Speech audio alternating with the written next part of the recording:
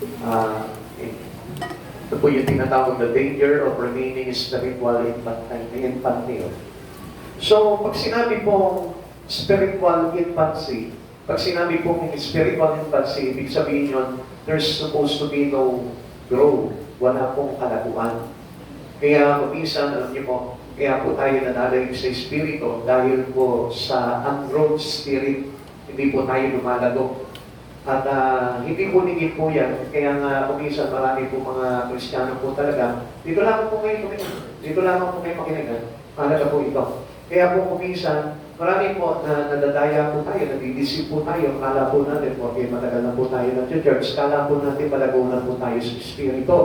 Kaya lang po kasi minsan, ang unang-una na iiwan po sa atin talaga yung paglago. Kaya ito po yung dapat na maintindihan natin kasi ang mangyayari po sa atin, we can easily defeat by Satan or by our enemy or by the word kung tayo po ay hindi po lalago sa Espiritu ng ating Panginoon sa Kristo. Okay, let's go into our study.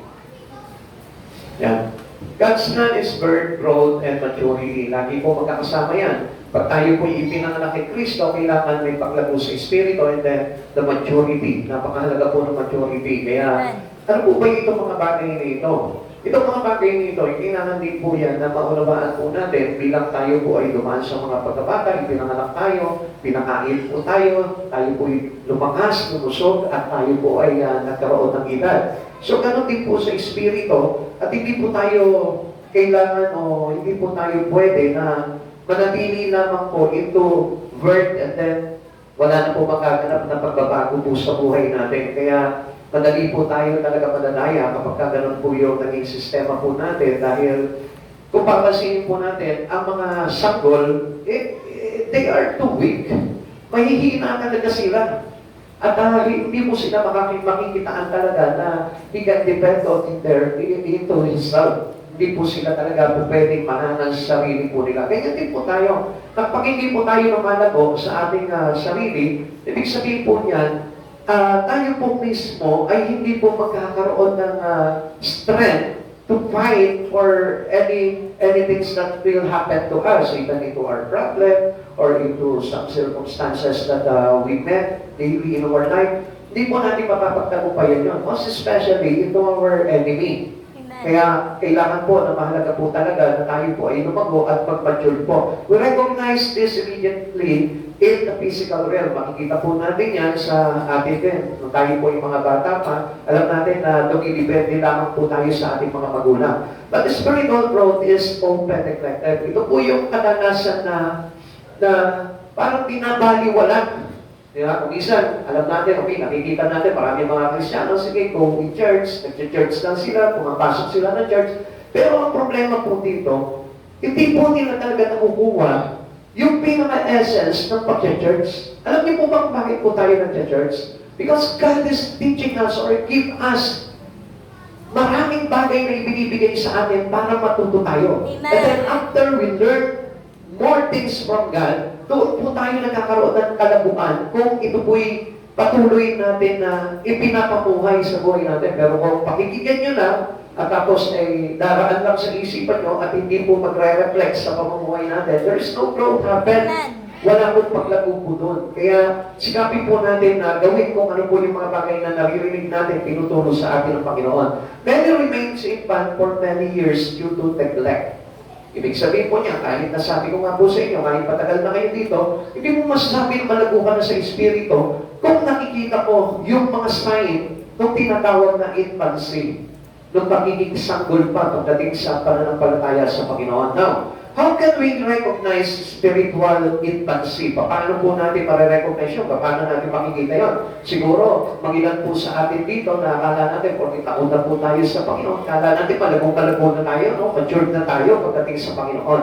Unang-una, the spiritual infant is concerned with self rather than service. Ayaw kumuha sa Panginoon. Ang gusto niya lang, iligtas lang yung sarili. Listen, tumingin po kayo sa akin. Ang gusto lamang po ng isang tao, hindi lumago sa Espiritu, yung para sa kanya lang, sa sarili niya lang. So, ibig sabihin, his only concern is about his salvation. Nandun lang yun. Doon sa kanyang pakukuha. At hindi doon sa magagawa niya para mapaglikuran ng Diyos sa kanyang buhay. Kaya there is no service upon those people who are infant. So, doon po malinaw po na kapag infant ka, hindi mo talaga gugustuhin na magsakripisyo into your service to Christ Jesus. Hindi maglilingkod yan, hindi magpapaganyan, hindi magpapagod yan because He is infant. So kung makikita natin ang bata, sige, subukan mo pagpapaguhin yung bata. Subukan mo pagpaguhin mo yung bata. Halimbawa, yung mga katulad po, halimbawa ni Shikaina, ni Isaac, subukan mo, sige Isaac, magwalis ka dito. Ikaw, hindi ka papansinin yan, hindi ka susundin yan.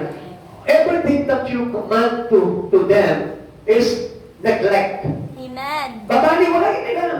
Kahit na ano sabihin mo, kaya nga ikaw kami, bubundod-bundod yan eh. Sasabihin mo, bawal yan, pero gagawin pa rin nila. Why? Because they had the attitude of neglect. Ganun po yung mga infant. Na kahit na sabihin mo sa kanya, maglingkod ka sa Panginoon, hindi niya gagawin yun. Kahit sabihin mo sa kanya, magbasa ka ng Bible, hindi niya gagawin yun. Bakit? Because he is infant. And he need to depend to others. Kaya ganun po yun. Ang ibig sabihin po niyan, nakarely lamang po siya doon lamang sa sarili niya. Amen. Kung ano yung gusto niya lang gawin. Ganun ang infant. So, huwag po kayong, kumbaga parang magtiwala din po sa sarili natin na sabihin po natin, I have already enough things that I learned from the Lord. Hindi po, kailangan makita po talaga sa atin na willing po tayo to sacrifice our life for the glory of Christ Jesus. They are focused on self, focused on physical needs. So sa madaling sinaka, if you are a Christian at namubuhay ka lamang para sa iyong ikabubuhay, I tell you, you are still infant. Amen. E paano ba yung mga negosyante, yung mga... So, they're supposed to be, if they are already matured, kung sila'y matured na, at matatanda na sa pananampalataya, mauunawaan nila na they need a lot of time to serve God. Malalaman po nila yun kung ang isang tao po talaga ay matured na. At maiintindihan nila sa sarili nila that my life is already sunk into God. Nakalubog ka na. We are sunk into the presence of God already. Na ang buhay ng isang tao, magugulat na sa iyo mga nasa paligid mo, bakit ganito? Bakit lagi nasa church yan? Bakit ganito? Bakit wala nang ginawa? Kundi puro sa Lord na lang, sa church na lang. Doon mo ma-recognize yung mga matured Christian. And then don't mind any talk or sabihin natin, any words that coming from their critics. Wala silang pakialam doon. Kahit i-criticize sila, basta ang sa kanila doon, because they are matured in the Spirit of God, anong willingness nila? Paglingkuran at makagawa ng todos sa Panginoon. Amen. Kaya kung mapapansin po natin, di ba, a lot of people in church, parang napaspasok lamang po sila sa church, and then, kapag ayaw na nila, madali na po silang aalis. Why? Because they are not matured. Amen. They are still infant, sanggol pa sa pananampalataya. Ang sanggol, alam niyo po, walang kalakas-lakas yan. Na kapag pinantaan mo ang isang sanggol, wala silang magagawa. At kapag halimbawa, nagutom sila, wala silang magagawa. Gustuhin man nilang kumain, wala silang magagawa kung walang tutulong sa kanila. Ganun po yung isang sanggol. 1 Corinthians chapter 3, verse 1. Mga kapatid, hindi ko kayo makausap bilang mga tao na nagtataglay ng Espiritu. Kailangan kausapin ko kayo bilang mga taong namumuhay pa ayon sa laman at mga sanggol pa sa pananampalataya kay Kristo. Kaya ang hirap po dito, hindi sila magkaintindihan ni Pablo. Amen. Kaya kapag halimbawa, listen, marahil po na sitwasyon po inside the church na hindi po nila maunawaan yung tagapagturo nila. Bakit?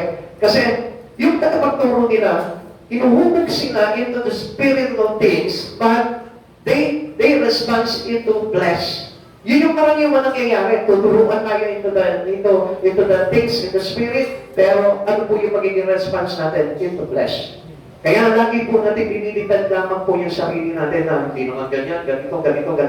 Pero kaya hindi po natin naiintindihan kung ano yung mga bagay na tinuturo sa atin sa Espiritu. Kasi nga po, nakabase lamang po tayo into our flesh. Tingin po kayo dito dahil nandito po talaga yung aral.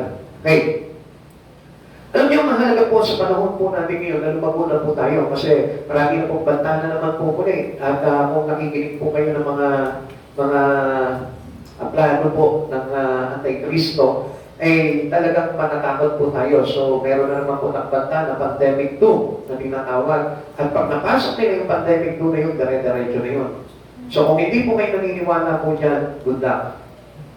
Pero ako naniniwala ako dyan na sabi nga po dito, this early 2025 hanggang sa 2030, implement na po nila yan, one world government na po yung ipapairan nila, at kapag pinairan na yung one world government, wala na po tayo magagawa, kundi sumunod na lamang. So ano pong ibig sabihin nun? There is only one leader. Kaya susunod na lang tayo na susunod. O ano ba silbi ngayon ng trabaho natin? Ano ba silbi ng pag-aaral natin? Kung sila na masusunod sa buhay natin. Ano ba silbi ng mga pangarap po ninyo? Kaya alam niyo po, ito pong panahon na ito, ang gusto ng Lord, lumago tayo sa Espiritu para pagdating nitong panahon na ito, tayo po ay na-separate na ng Panginoon. Amen. Always remember that a goat is a goat and a sheep is a sheep. Lagi natin tatandaan yan. Ngayon, if you want to belong to the sheep, ngayon pa lamang po ito, magpalago ka na sa Espiritu mo and don't mind anything. Huwag ka matakot kung ano man yung mga bagay na inyong tinatahak sa pagdong ito, kaya nga hindi tayo lumalago eh. Alam niyo ba yan, hindi po tayo lumalago sa Espiritu? It is because of our worldly things. Yung mga bagay na mga sanlibutan na ginagawa po natin, ang tawag po doon is living in the flesh. Yung pamumuhay po sa laman. Kaya tayo po ay hindi man kausap ng Diyos sa Espiritu. Ganyan po yun. Kaya kahit makinig nyo na makinig, kung hindi nyo po talaga papalaguin yung Espiritu nyo, hindi nyo talaga ma-adapt kung ano yung kalooban ng Diyos na gusto niya mangyari po sa atin. Ano sabi po ni Pablo dito? Kailangan ko, sabi ko kayo, bilang mga taong namumuhay maayon sa laman. Ibig sabihin nun, worldly talking. Mag-uusap kayo into worldly means pa lang.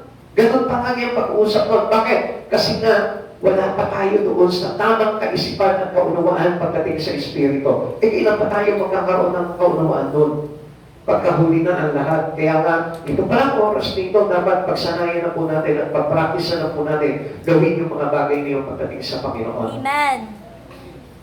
Amen. Amen. Okay. The time of great rejoicing at birth or salvation. Alam niyo po ba yung napakagandang na-experience natin na puno-puno talaga ng kagalakan? Yung po tayo po ay ipahanap sa ating Panginoon at yun po yung tinatawag na kaligtasan. Amen. Ngayon, now, paano po natin may re-retain po yung salvation na yun during that birth? We need to grow. Kailangan tayo po yung lumago. Ngayon, hindi po tayo lalago if you are focusing your life into your own life. Into yourself. Because as we go into birth, into a new birth, kapag tayo po ito magkapna ng salvation sa Panginoon, dapat yung buhay natin nakalaan na po kay Jesus. Amen. Salvation is nothing without focusing your life into Christ Jesus. Bali wala. Amen. Kasi if we neglect Jesus living or yung pamumuhay ni Jesus, I tell you, bali wala po yung mangyayari po sa atin. Kaya mas iibigin po natin talaga ang sanlibutan. Kaya nga, we cannot serve two masters at the same time. Dapat mayroon kayong talagang papahalagahan sa buhay nyo. Is it the Word or Jesus, our Lord? Tanungin niyo yung sarili nyo, ano ba yung papahalagahan ko? Kaya nga nyo, dami pong mga natidisip na mga Kristiyano ngayon. Why? Because of their pride. And what is this pride? Yung pride nila na gawin yung gusto nila sa sarili. Pride po ang tawag doon. Kaya po, ano nangyayari po dito? At hindi nila namamalayan na wala na po pala sila sa Panginoong Jesucristo at nadaya na sila ng kaaway. Okay? They are only engaged in salvation, but sometimes we forget some important things to grow. Nakalimutan na nila yung mga bagay na makakapagpalago sa kanila. Like for example, yung kanilang deeply involvement pagdating sa kanilang congregation. Nakalimutan na rin po nila yung pag-aaral, discipleship. Nakalimutan na rin po nila yung taking their ministry in God. Hindi sila nagsasaliksik kung ano yung ministry nila sa Panginoon. Basta punta lang sila sa church, labas lang sila pagtapos, and then, aantayin na naman nila kung kailan yung service, doon na naman sila, pupunta na naman sila, and then, lalabas na naman, walang nangyari pa ulit-ulit lang. Amen. So, ibig sabihin nun, nawawala yung salvation because there is no growth. Amen. Even a child, yung isang batang bagong panganak, subukan mo lamang, ipanganak mo yan, and then, huwag mo nang pakainin yan, mamamatay yan. Huwag mo nang pagkatasin yan, mamamatay yan. Huwag mo nang paliguan yan, huwag mo nang palitan ng kanyang diapers yan, or kung ano man yung mga bagay na ginagawa sa isang bata. Makikita mo, magkakasakit yan o mamamatay yan. So, ganun din po tayo. Kung hindi nagaganap sa atin, yung kalooban ng Panginoon, kung ano yung gusto niya gawin sa atin to grow up a Christian, talaga mamamatay din po yung tinatawag na salvation po sa atin. They receive salvation but after we forget the helping grow. Nakakalimutan natin magpalago. Kaya nga akala natin kung minsan, di ba, only one prayer, lalago ka na. Only one reading in your Bible, lalago ka na. Isang punta sa church, lalago ka na. Without fellowshipping or yung sabihin natin intimate relationship or intimate fellowship with God, ay tayo hindi po talaga tayo lalago. Alam niyo po ba kung bakit may discipleship? Ang discipleship, yan ay parang doon sa mga lumalagong Kristiyano. At kapag ang isang Kristiyano ay hindi tumaan sa discipleship at hindi na nanagiging sa discipleship at hindi graduate sa discipleship, ibig sabihin doon, they are neglect Christian. Amen. Bakit? Kasi wala po silang pakialam doon kung lumago sila o hindi. Tandaan po natin na ang isang pinili ng Diyos dumadaan sa discipleship. Because we are belong to disciple of Christ. At walang membro na hindi dadaan sa discipleship. Pag hindi ka dumaan sa discipleship, there is no growth. Amen. Amen? Amen. At yung iba naman, kung minsan, kinakamaran po yung discipleship o umaating man ng discipleship, pero hindi naman nila pinapabuhay at hindi po nila pinapractice yung mga bagay na natutunan nila into discipleship, kaya wala rin po nangyayari. Ang ibig sabihin pa rin po nun is Christian neglect. Amen. Binabagiwan na pa rin po yan. Ang sabi po dito, verse Peter chapter 2 verse 2, gaya ng sanggol kayo'y manabig sa dalisay na gatas na espiritual upang lumago kayo tungo sa kaligtasan. Mga kapatid sa Panginoon, baka man matanda na narito ngayon, kailangan tayo po laging excited tayo na naghahanap ng gawain ng Panginoon. Amen. Excited ka na gumawa sa Panginoon. Excited ka na maglingkod sa Panginoon. Excited ka makipag-pray.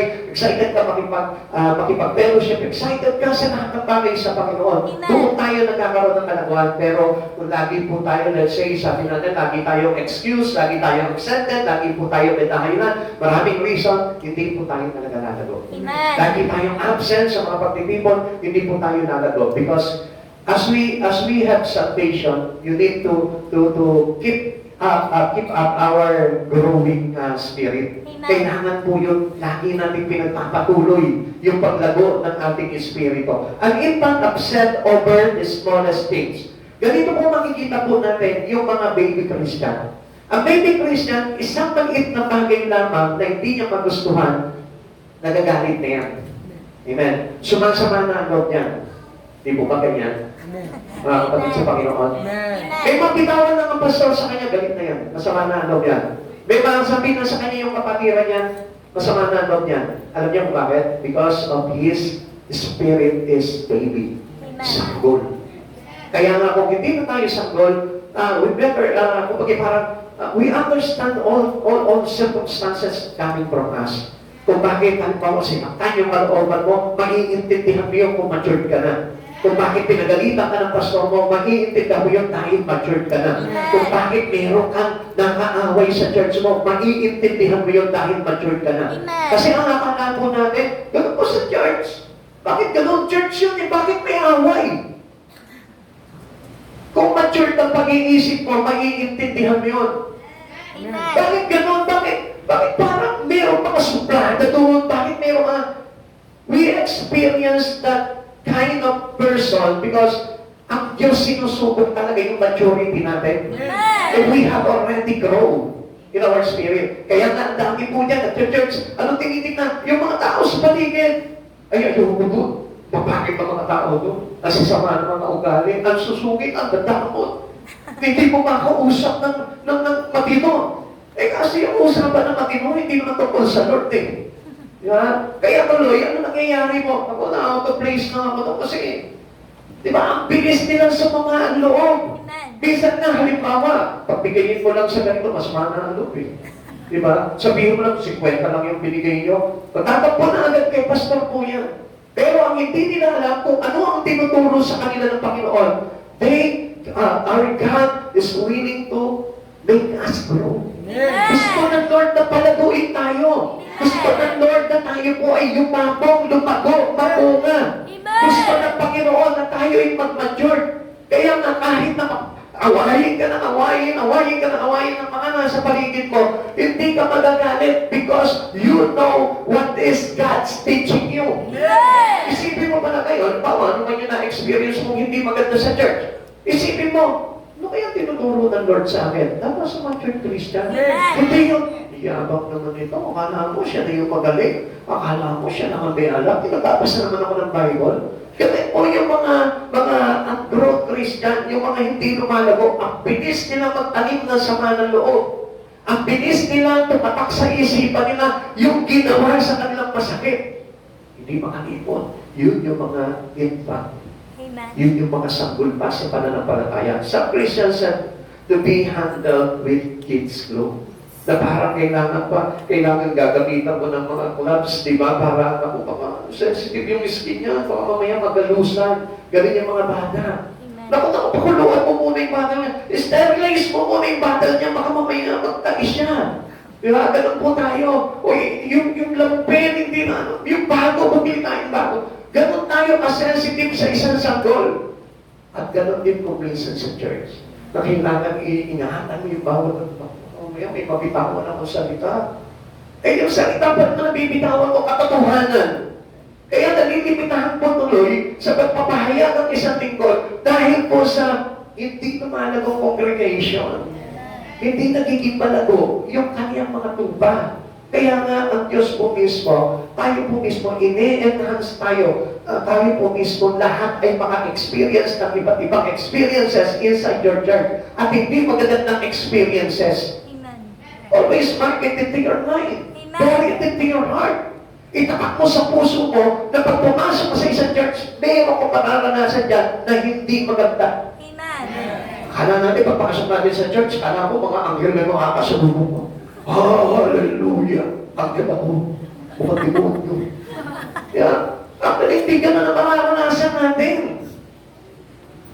At alam niyo po ba, kaya nga tayo nandito lahat kasi puro may tama ang espiritu natin. Kaya do not expect good into your church. Huwag mong hanapin yung good. Kasi pag tinignan mo yung katabi mo dyan, I tell you, hindi mature yan, kaya may makikita ka dyan na pangit. Amen?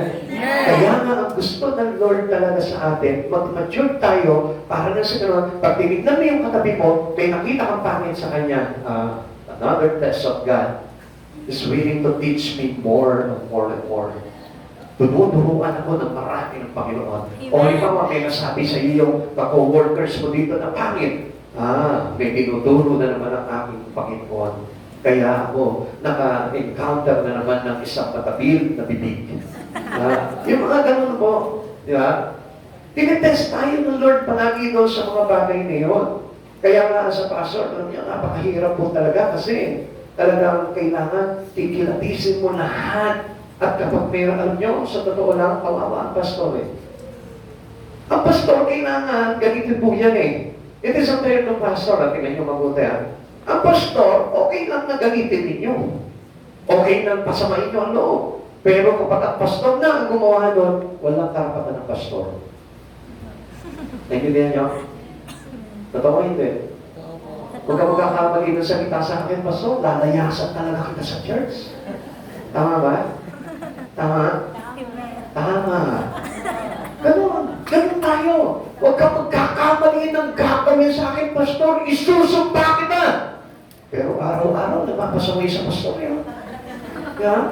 Araw-araw, puro sakit ang ulo. Nasa bahay na si pastor. Nagkukulaps na nga si pastor. Dahil sa mga sa pasawa yan. Hindi pa nila alam yung mga bagay niyo. Why? Because you are immature Christian. Amen. Kasi kung tayo po immature, iingatan po natin yung damdamin ng tagapagtulong po natin. Amen? Amen. At hindi po kailangan na lagi po tayong sensitive in our flesh. Amen. Be sensitive in your spirit, but not into your flesh. Minsan ayaw na ayaw natin yung pinakupo dito sa tabi dito. Bakit ako ba upo dyan? Di ba? Eh, ano po kung sabi ng Bible? Huwag kang uupo sa upo ang pandangal. Baka mamaya, may mas higit na panauhin na nararapat sa upo niyan, paalisin ka, mapapaya ka. Amen? Amen. Di ba? Amen. Minsan namimili tayo ng upuan natin, tapos pagka pinalipat ka ng upuan, masama ang loob mo. Di ba? O kaya naman, halimbawa, ito your ministry, kapag hindi ka na napatayo, ano sasabihin mo? Hindi ako paborito. Ha? And that's because of immaturity. Hindi Amen. lumalago yung espiritu. Kaya nga, we always have an open heart and open mind. Kailangan bukas po palagi ito sa pagtuturo ng ating Panginoon. Sabi po ng Kawikaan chapter 29, verse 11, kung magagalit ang mangmang ay walang patumangga, ngunit ang matalino ay nagpipigil na ang galit niya ay mahalata. Yan. Hindi pinapahalata ng isang mature Christian yung kanyang galit. Hindi niya pinapakita yan hanggang maaari. Sinosolo niya. Halimbawa, let's say, si Sister Maylin, halimbawa, si Sister Alma, nagalit kay Sister Maylin. Ikikip niya lang yan. At papalipasin niya lang yung galit niya at hindi niya talaga iirap-irapa. Kapag magsasalubong yung mata, lagi, puro irap. Di ba? Kaya pag uwi, pagtapos ng church, bulit na. Nakairap. Napasama patuloy yung kalagayan mo. Di ba? Kung minsan dinitip-tip mo, ano lang yung halimbawa, meron lang halimbawa na sabi sa'yo, naabutan ka lang ng 2 sobre. Grabe naman to, akala mo naman hindi ako nagtatay.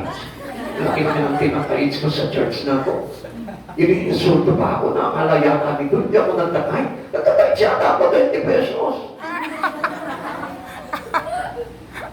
Di ba, minsan may ganun tayo, nasasaktan yung kalooban natin kapag nare-review po tayo. Ngayon, ang isang Kristiyano po talaga na lumalago sa Panginoon, tinatanong niya, Lord, bakit ako nasaktan doon sa words na yon?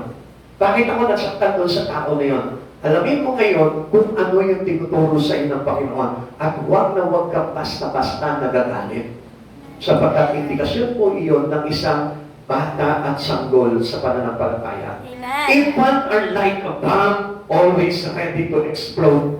Ganyan po ang isang sanggol. Ang bilis sumabog. Yeah? May masabi ka lang, sabog agad yan. Subukan mo yung katabi mo. Sige, provoke mo, sige. I-provoke mo, mamaya galit yan, sasabog yan. Pag uwi ng kanayang porsyon yan, nakatalit ka na, nakatatak ka na sa puso niya. Nasa list ka na ng target to assault.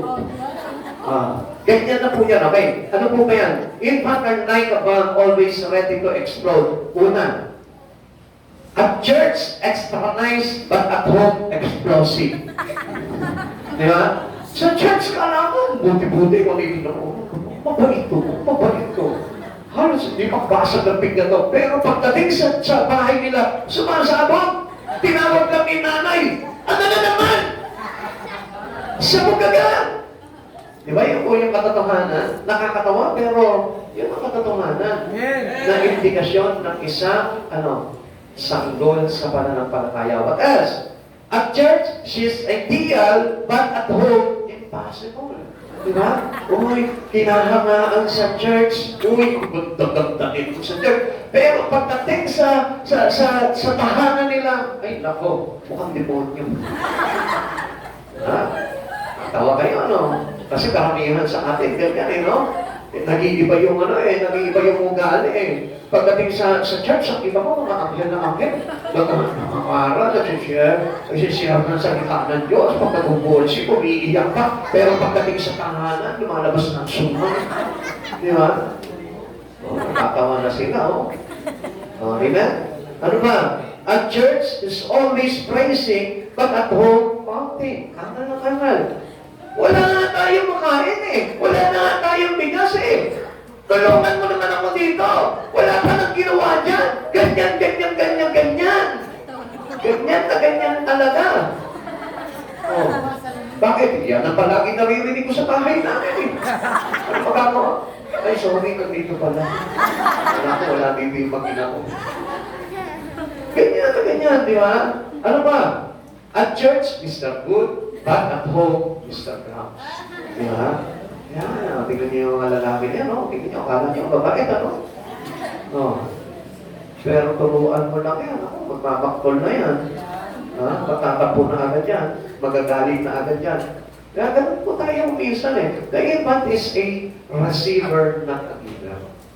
Yan, lalo na yan. Nakarinig na naman kayo ng giver, di ba? Nasakat na naman dyan yung mga kalooban ninyo.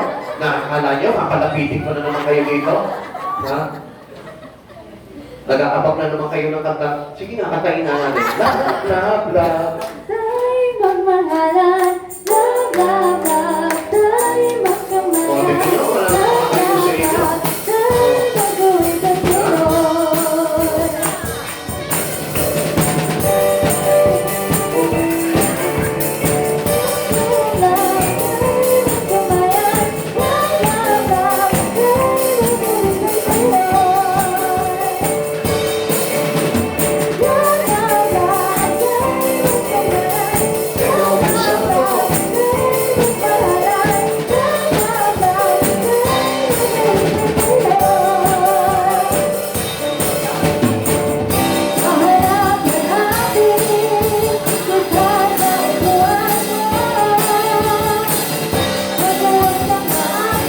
tayo gagawin sa Diyos.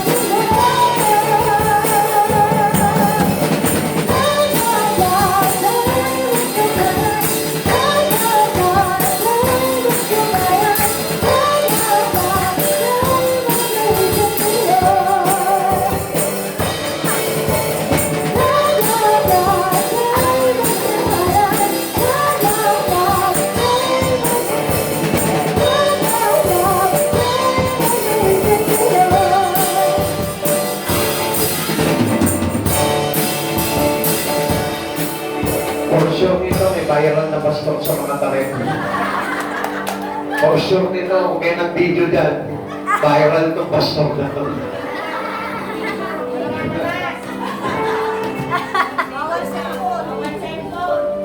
Ha? Hindi nyo na ba napansin, palaki ng palaki yung ano natin? Kasi alam nyo kung bakit? Kasi pag nakikita nyo na nakasiksik na yung ano, yung lalagyan, ay, okay na, napuno na namin. Kaya tumitigil na tayo ngayon sa ano, o matinagal mo doon yan. Mamaya may magbigay pa dyan, may makukumping pa dyan. Alam ko, wala namang tights mamaya. Nabot ka na dyan. Ha?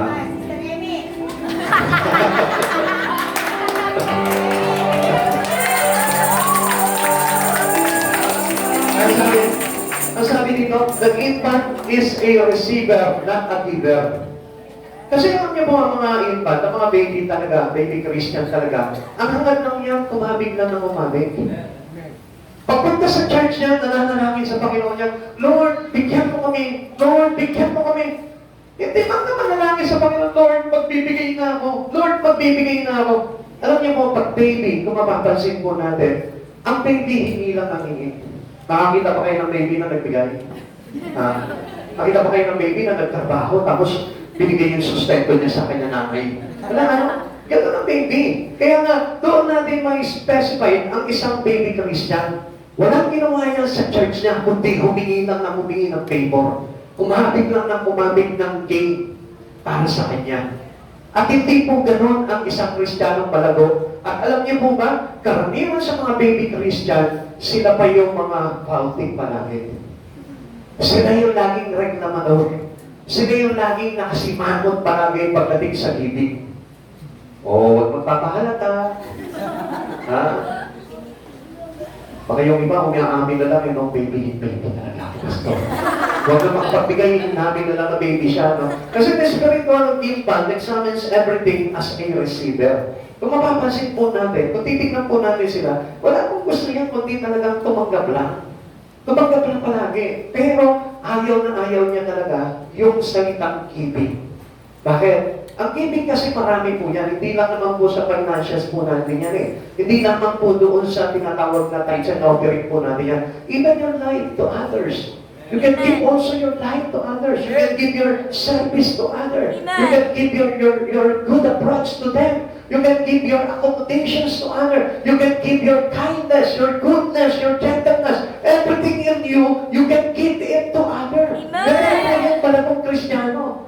You can give also your smile. Kaya nga, makita nyo, kahit na po yung, yung mga tao po na baby sa inside the church, gusto nila silang ingitian mo, pero ikaw ayaw pa nilang ngitian.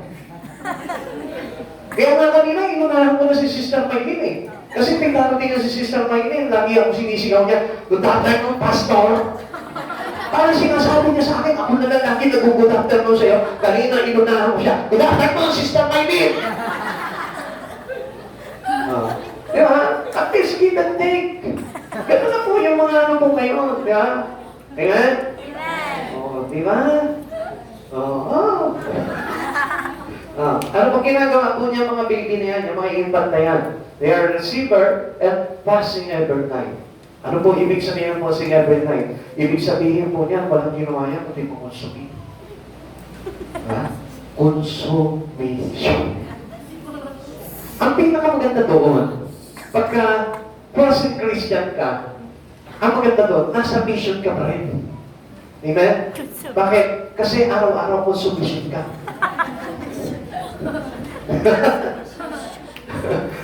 Ganun po talaga yung mga baby Christian. Consumption.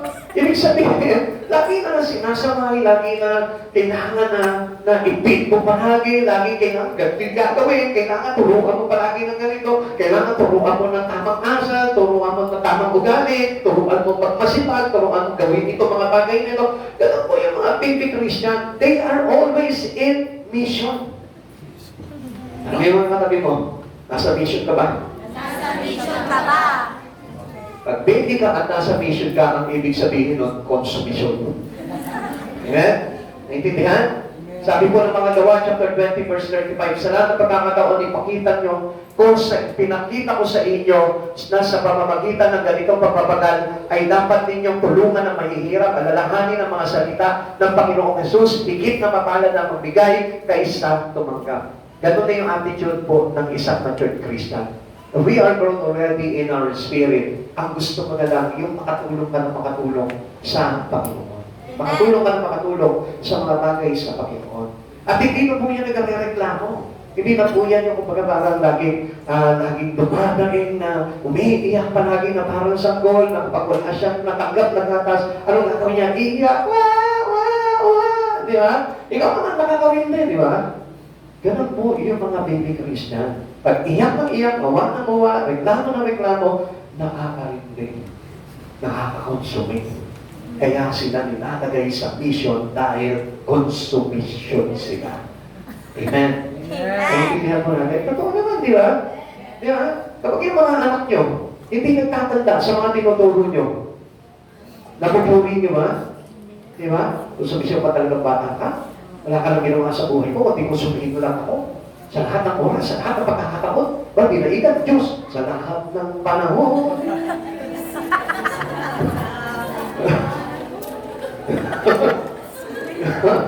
Ikalawa, paano natin ma-recognize mo yung infant? The spiritual infant is concerned with argument rather than action. Gusto niya na nakikipagtalo palagi. At talaga yung sinasabi ni Pastor na yun, parang hindi naman totoo yun, parang laki na lang tayo yung pinag-uusapan ni Pastor. Ha? Parang laki na lang tayo yung pinatatamaan ni Pastor. Uy, nakita ko ba si sister? Nakita ko si sister? Nakita ko si brother? Tayo yung pinag-uusapan nila, kaya ba dumating tayo? Nakita mo biglang tumigil sila ng pagsasalita. Argue, gusto nila. Uy, sabon na sa pool.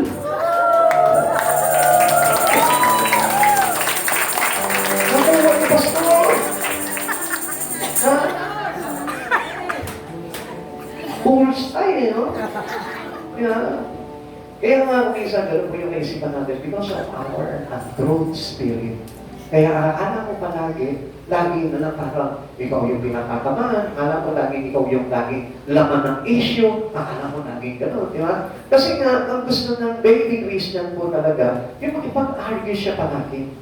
Kasi hindi niya matanggap kung ano yung bagay na purpose ng Lord, layunin ng Lord para sa kanya, para lumago siya. Pero sabi ko nga po sa inyo, isang bagay lamang po yan. Dapat mong tanungin ng Diyos palagi sa buhay mo, bakit kaya, ano kayang tinuturo ng Lord? Kung pinag-uusapan ka man sa church, bakit kaya Lord? Ano ba yung tinuturo mo sa akin? Kung ikaw yung naging issue ng church, Lord, bakit kaya ako yung issue ng church? Ano ba yung tinuturo mo sa akin? You must know the things that we need to learn from God. Yun ang kailangan po natin matutunan doon. Hindi yung makikipag-argue, mamaya ako naman. Tingnan natin Ako naman ang magsasalita sa kanya. Makabuelo lang ako. Yeah? Ganun po tayo, ang hilig natin sa argue. Kaya nga, ang Diyos, ang gusto palagi ng Panginoon, we are always meek. Tahimik lang tayo. Kasi yung mga tahimik, hindi yung sa mga sharing, hindi yung sa mga bagay na, kundi tahimik lang yung spirito natin pagdating doon sa mga bagay na yun.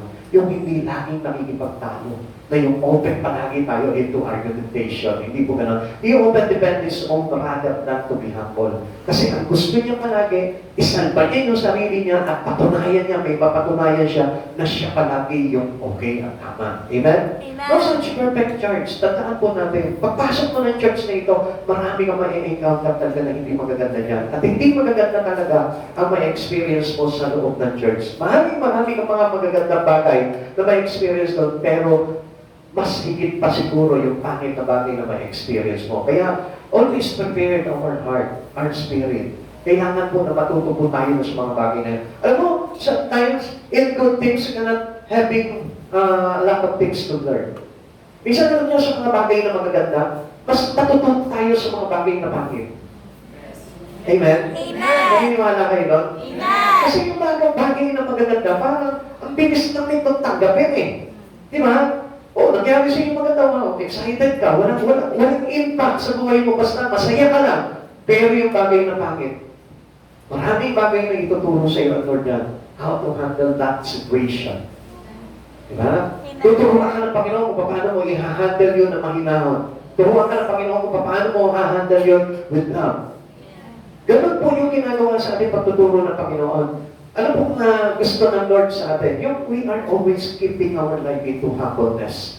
Yung gusto ng Diyos lagi tayong magpapakubaba at hindi natin ipinagmamalaki yung sarili natin. Na kahit sabihin mo na parang, yung nasa tama, still, take what things that you learn.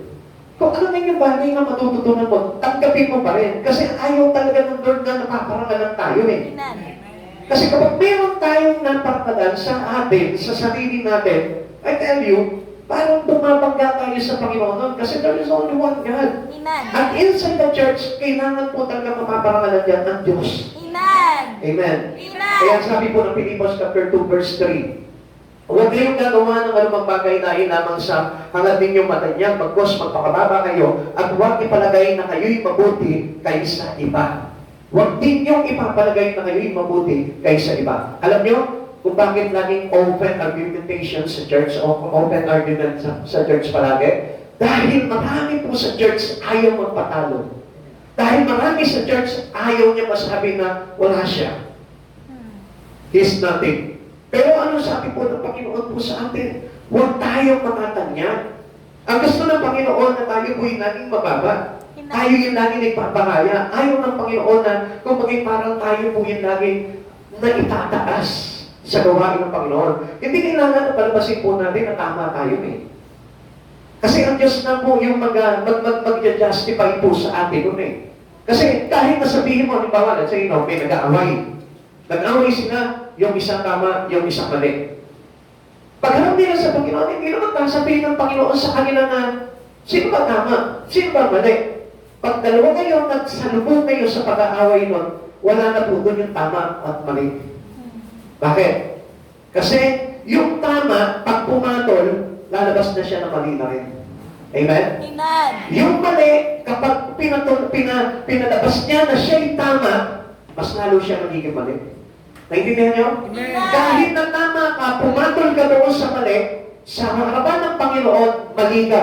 Bakit ka pumatol? Amen? Naintindihan natin? Amen. Hindi natin pwedeng pakita na tayo po yung laging tama. Hindi natin pwedeng lagi natin i-raise up yung sarili natin na tayo yung magaling. Bakit? Kailangan tayo yung magparaya. Kailangan tayo yung mapagpakumbaba. Kailangan tayo yung mapagbigay. At hindi yung tayo yung lagi pinagbibigyan. Kaya nga sabi ko nga po sa iba, di ba, tayo yung naagabyado, wag lamang tayo yung maagabyado. Di ba, yung tayo yung tinadaya, wag lamang tayo yung magdaraya. Naintindihan po natin?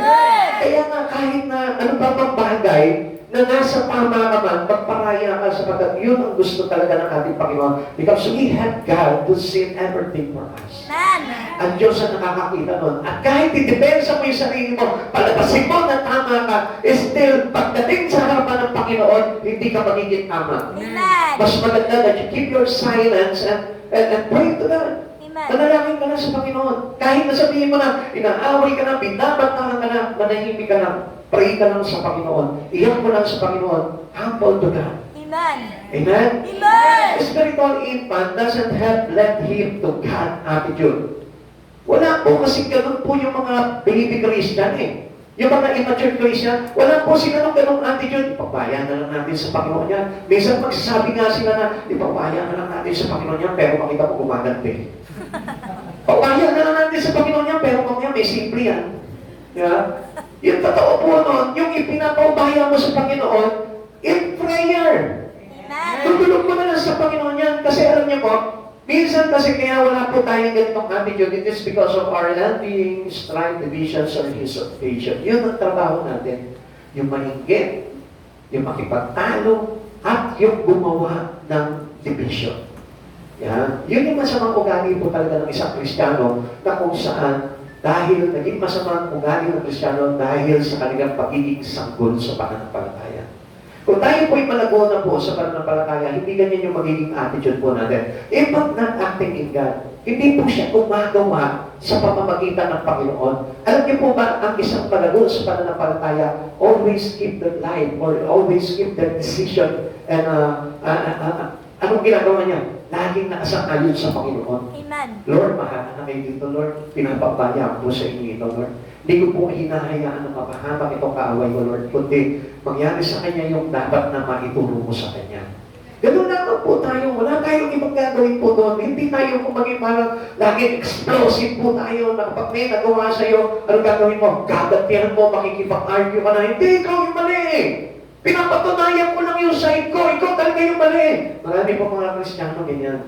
Minsan nga, to their pastor, experience ko po yan, pag pinagsabihan mo, hindi naman po ako ganun eh. Hindi ko naman po ginagawa yun. Ang dami niya agad, gusto niya agad, gumanti agad ng salita. Pero ang hindi niya alam, ang tinuturo talaga sa kanya ng Panginoon, it's not the issue, but yung po kung paano siya mag-approach sa kanyang pastor. Amen. Amen? Amen. Actually, alam niyo, kung meron man pong ginagamit na circumstansya sa Panginoon ng Lord sa buhay natin, between your pastor and you, actually, alam niyo po, daan lamang po ng Panginoon yun para malaman niya how you respond to your pastor. Amen. How you respond to the authority. At kung makakandaan po natin yung sinasabi po ng Biblia na ano po sabi po dito, may karapatan silang magparusa sapagkat sila inatasan at ginamit ng Panginoon para mangalaga sa inyo. Amen? Amen. So, ang ibig sabihin po nito, tinitignan ng Lord kung how you respect and honor your pastor. Ganun lamang po yun. At kahit ako sa iba, ganun din po yun. Kung may issue po kayo, at tinitignan lamang po ng Panginoon yan, hindi yung issue nyo, kundi how you comply o kung paano tayo gagalaw doon sa mga bagay na usapin na yun. Amen? Amen. Siyempre, ayaw ng Lord talaga makikita niya na trouble o bagay para gusto makita sa atin ng Panginoon kung paano mo i-approach in a nice way. Amen? Amen. Hindi yung parang galit ka agad, nagwawala ka agad, di ba? Nagkakamo ka agad. Hindi po yung gusto ng Panginoon. At sabi po dito, sa verse 3, are you not acting like mere humans? Ang ibig sabihin po kasi ni Pablo po dito, na parang makamundo o makasanlibutan tayo. Ibig sabihin ni Pablo po dito that we are still working in a worldly means. Parang tayo po yung makasanlibutan pa rin. Kung tumugon tayo doon sa mga issue na yun, yung ating pagtugon, nasa pamamaraan pa rin na makasanlibutan. Our action based on man and not God. Ganun po yung kumbaga parang pinapakita ng isang baby Christian. Pero ang mature Christian, lagi po nakarelay po yan sa Panginoon. Amen. He asked the Lord, Lord, ano po ba dapat kong gawin, Lord? Ano po ba yung dapat na sabihin ko sa Kanya, Lord? Galit na galit siya sa akin, Lord. Ano ba yung dapat mo sabihin sa Kanya? Lord, masama ang loob niya sa akin, Lord. Ano ba yung dapat mo sabihin sa Kanya? Kung hindi mo man masabi yung bagay na yun, just pray. Ipagparin mo yung tao na yun. At yun lamang po yung napakagandang kaya nating dapat na i-response doon sa issue na yun. Okay, 1 Corinthians chapter 3, verse 3. Sapagkat nananaig pa sa inyo ang laman, ang inyong pag-iingitan at pag-aaway-away ay palatandaan na makasanlibutan pa kayo at namumuhay ayon sa laman. Always keep on remembering na tayo po mga Kristiyano is walking on the Spirit of God. You cannot be born again without walking in the Spirit of God. Amen. Kung hindi tayo mamumuhay sa Espiritu ng Panginoon, hindi ka born again. Amen. Kung ang iyong pamumuhay ay nakapasi pa rin sa mga bagay na makasanlibutan, I tell you, hindi ka born again. Kahit pumasok sa church, pero kung ang pamamaraan ng pamumuhay mo ay pamamaraan pa rin ng makasanlibutan, hindi ka born again. Amen. At hindi po tayo nalago sa Espiritu kung ganun po yung kalagayan natin. We always resist everything that God teach us. Lahat ng ituturo sa atin ng Diyos sa Espiritu, i-resist mo yun. Hindi mo tatanggapin yun dahil nga ang pamumuhay na gusto natin ay buhay sa sanlibutan. Amen. Kaya always remember that God will ano tawag dito? Gusto talaga ng Lord talaga i-cross over po tayo eh. Amen. Hindi tayo papahintulutan talaga ng Lord na manatili sa mundo, kundi i-cross over niya tayo into His Spirit. Para tayo po, pagdating ng araw, mailigtas po tayo ng Panginoon. Pero alam niyo po, if we keep still living in a worldly system, gusto po malaman po ninyo, hindi tayo maliligtas ng Panginoon. Amen. Kung nagpapakalutod po tayo sa mga bagay na makasanlibutan, hindi ka lalago sa Espiritu. At kahit kailan, na kahit na sabihin mo, aralin mo ng aralin ng Biblia, hindi lalago ang Espiritu mo kung hindi mo iiwanan ng sanlibutan. Ano sabi ng Lord? Change your mind. Transform. Do not conform to the pattern of the world. Transform by renewing our mind. Baguhin natin yung takbo ng isipan natin. Kasi yung isipan natin, nakahulma po yan into the worldly things. Tara ba children to his playmate? Tingnan mo ha? Diba? Ang hilig po kasi ng argue eh. Ganyan po yung mga bata eh. It is easier to be part of the passion than to get into an action. Diba? Ano po, kung gusto natin, mahilig tayo yung lagi kampi-kampi. Diba? Pag may nakasamaan ng loob, hanapin niyo yung pwede niyang kampi. Tama ba yan? Amen. Hanapin niyo yung kaisa niya sa ganong kaisipan. At kapag nakita niya na ganon din ang kaisipan, yun ang titikitan niya. Bakit? Kasi bubuo yan ng division. Amen. Bakit? Kasi may papatunayan sila sa sarili na. Instead of heading into action, you need to get into the action.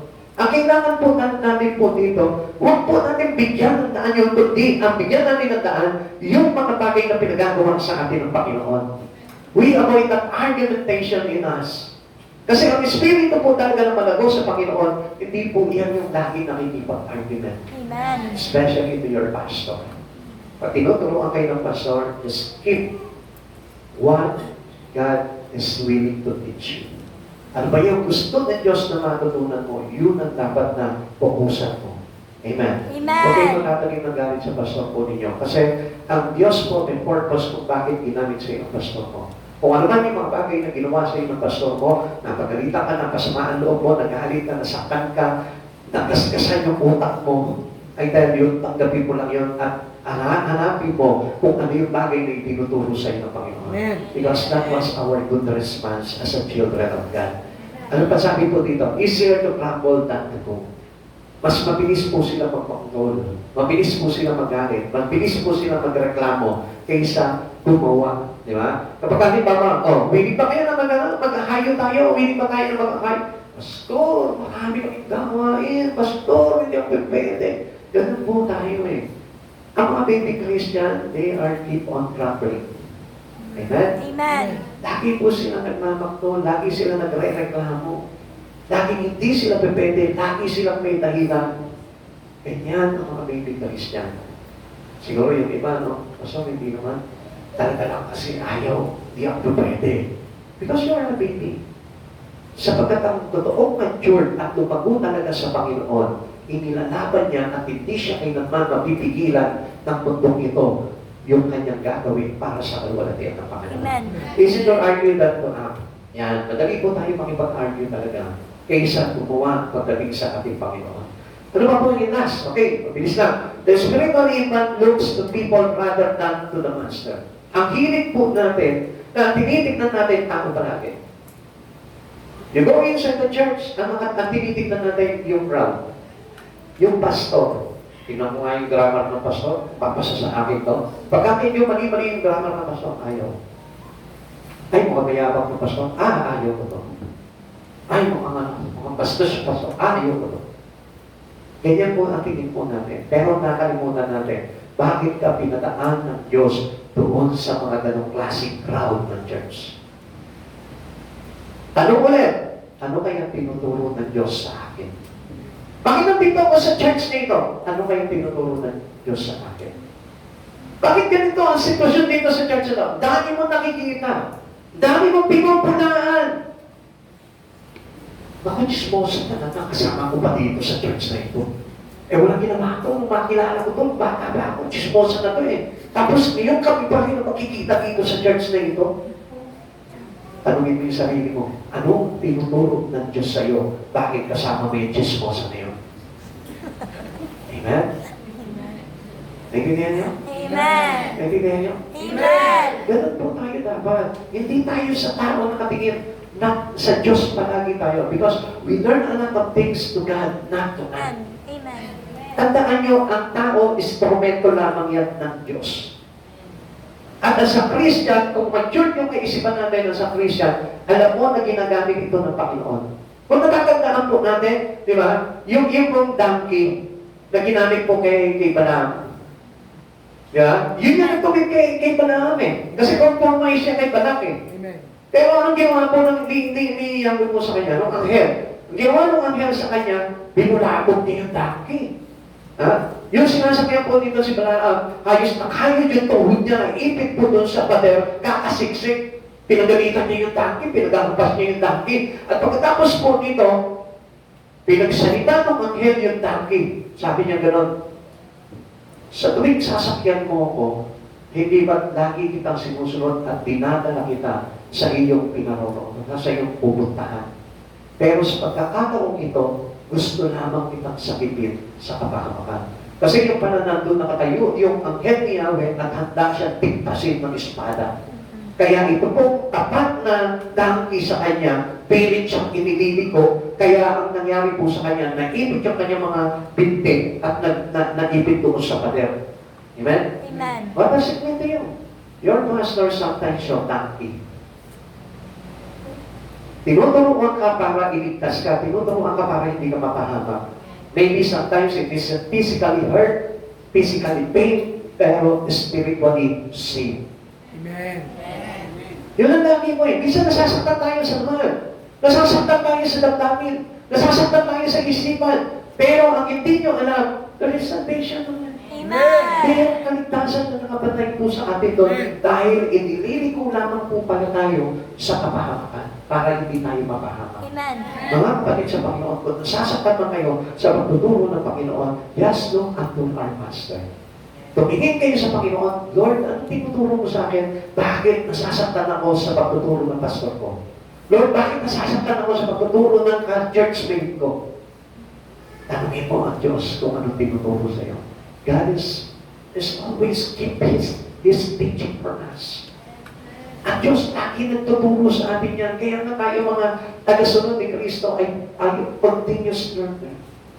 Kailangan tuloy-tuloy tayo nakaka-adapt kung ano yung mga bagay na dapat natin matutunan sa ating Panginoon. Amen. Sabi ko dito, the best night in the mother here on earth. Kasi ang gusto niya lang kasi, yung lagi niyang i-conform yung buhay niya sa mundo. Kaya hindi niya ngayon palagi iintindihan kung ano yung bagay na itinuturo sa kanya sa Espiritu.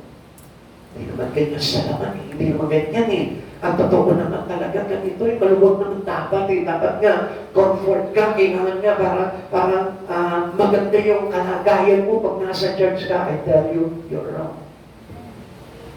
Masarap ang buhay sa mundo because there's no discipline. Tatanungin ko po kayo, sino po dito yung sumusunod sa gobyerno? Talaga? Masunurin kayo sa gobyerno natin? Saka sa pagboto lang. Kayong ibang bagay. Sa pagbabayad talaga ng buwis. Di ba? Minsan nga, iniisa na natin ang gobyerno natin Hindi tayo nagbabayad ng buwis Diyan sa pagkatapon ng basura, sinusunod niyo ba? O, babait ka natin, eh, pagka meron ka nakita ka na, tapon ka dyan. O, kahit hindi masumahan, tapon ka dyan. Tura ka dito, ihi ka dun. Di ba? Ganun ba yung mga masunurin sa batas natin? Hindi, di ba? So, meaning, ang tinitignan lang kasi natin, yung open, malaya tayo gawin kung anong gusto natin, even though it's wrong. Kasi sa Lord, kasi ang daming bawal. Bakit? Kasi ang gusto ng Lord, we are organizing our spirit. Ino-organize ng Lord yung spirito natin dahil lahat ng papasok doon naka-organize.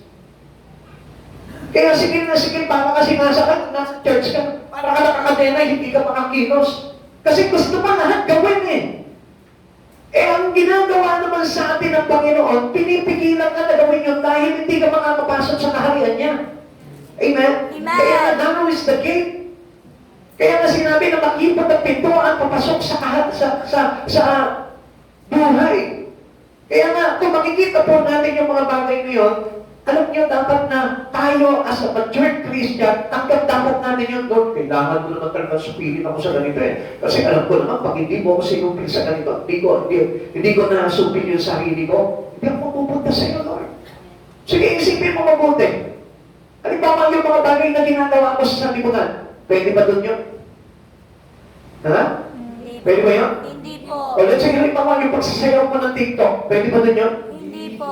Papayagan ka ba ng Lord doon? Hindi ka papayagan ng Lord doon. Yun yung mga masamang salita mo. Papayagan ka ba ng Lord doon? Mga kapatid sa Panginoon, kaya nga sabi ng Lord, do not conform to the pattern of this world. Renew. Kaya nga, ang gusto talaga ng Panginoon talaga dito, tayo'y dumipende sa pamumuhay ni Yeso Cristo. Christ life. Amen. Kaya gusto ng Lord yun, kahit na magalit kayo sa akin, yun pa rin yung sasabihin sa inyo, Lord, gusto kong pumasok dito sa kaharian ko, tigilan mo yung TikTok. Gusto kong pumasok dito sa kaharian ko, tigilan mo yung mga bagay na makalaman.